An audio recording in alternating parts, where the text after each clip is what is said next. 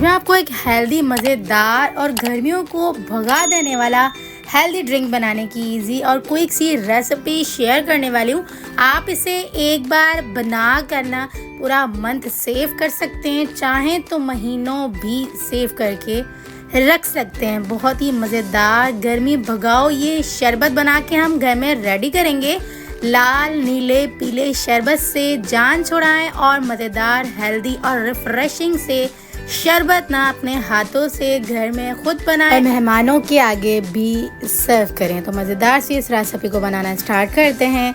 बिस्मिल्लाहिर्रहमानिर्रहीम। सबसे पहले ना मैंने यहाँ पर 1 किलो के करीब ये कच्ची आम ले ली हुई है, यानी कि केरी का हम शरबत बनाकर रेडी कर रहे हैं। तो मैंने 1 किलो की ये रेसिपी आपको देनी है, तो इसलिए मैंने यहाँ पर 1 किलो आम के तमाम के छिलके मैंने यहाँ पर जो है ना निकाल लेना। अच्छा याद रहे, नरम बिल्कुल भी नहीं लेनी है, थोड़ी थोड़ी सी जो सख्त सी होती है ना इस तरह की कच्ची आम, तो ये हमने लेकर अच्छे से इसे कटिंग करके यहाँ पर इसकी गुठलियाँ भी निकाल लेनी है। जितनी हो सके हम इसे बारीक कर लेंगे, अदरवाइज़ इसका हम प्रोसेस करेंगे ना तो ये खुद ही नरम पड़ जाएंगी। तो यहाँ पर ना हमने तमाम को अच्छे से छील लिया हुआ है। अब हम इसकी जो है ना कटिंग करेंगे। तो कटिंग करने के लिए ना इसका बीच का जो गुठली होती है ना वो निकाल देंगे। अच्छा यहाँ पर एक बात आपको मैं बताऊं, अगर आपने नरम वाले लेने हैं ना तो यहाँ पर आपको बहुत ज़्यादा मुश्किल करेंगे कटिंग करते हुए, क्योंकि ना अंदर नरम होते हैं ना तो वो जाल लग जाता है। जब जाल लग जाता है ना तो वो अंदर गुठलियाँ ना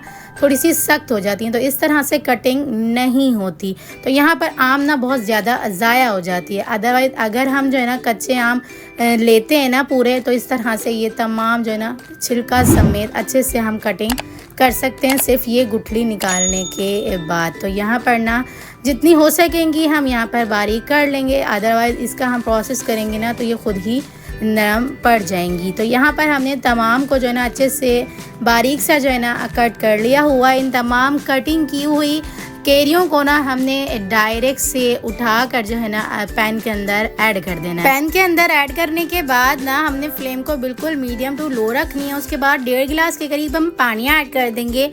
पानी हम इसलिए ऐड कर रहे हैं क्योंकि हमने जो है ना यहाँ पर कच्ची आम को नरम करना है, गलाना है। तो इसलिए 15 मिनट के लिए ढक्कन बंद करके मीडियम टू लो फ्लेम पे रख के इसे हम कुक करेंगे, तो कच्ची आम ना हमारी बिल्कुल नरम हो जाएंगी।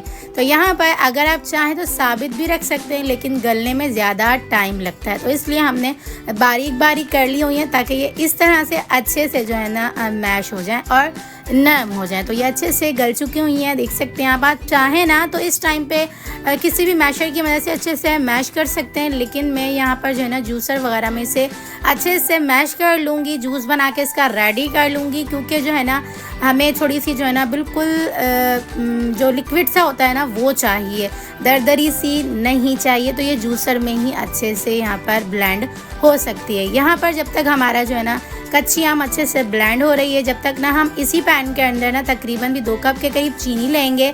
चीनी ऐड करने के बाद ना हमने यहाँ पर 1 कप भर के पानी ऐड कर देना है और हल्का सा शीरा इस तरह का बनाकर रेडी कर लेना है। ना ही 1 तार का ना ही 2 तार का, सिर्फ चीनी को हमने पानी के अंदर अच्छा सा मेल्ट कर लेना है। चीनी जब अच्छे से मेल्ट हो जाएगी उसके बाद ना यहाँ पर हमने जो ब्लेंड करके यहाँ पर केरी रखी थी ना वो इसके अंदर हम ऐड कर देंगे। अच्छा सा कलर देने के लिए पिंच बराबर यहाँ पर हमने ग्रीन फूड कलर के अंदर पानी ऐड कर देना है और यहाँ पर ना 4 से 5 कतरे या जितना भी आपको ज़रूरत लगे कलर देने की यहाँ पर आप ऐड कर दीजिएगा। तो इसी तरह से मज़ेदार सा ना हमारा कलरफुल सा जो है ना यहाँ पर हमारा केरी का शरबत बन के रेडी हो चुका हुआ। अच्छा यहाँ पर मैं आपको बताऊँ, जब हमने बॉयल करने के बाद ना केरियों को अच्छे से जो है ना ब्लेंड किया था ना, कुछ लोग वहीं पर ही स्किप करके ना इसे महफूज करके रख सकते हैं, जो कि जो है ना चीनी वगैरह शरबत में ज़्यादा ऐड नहीं करते, या जो शुगर फ्री लेना चाहते हैं, जिनको शुगर है, तो वो जो है ना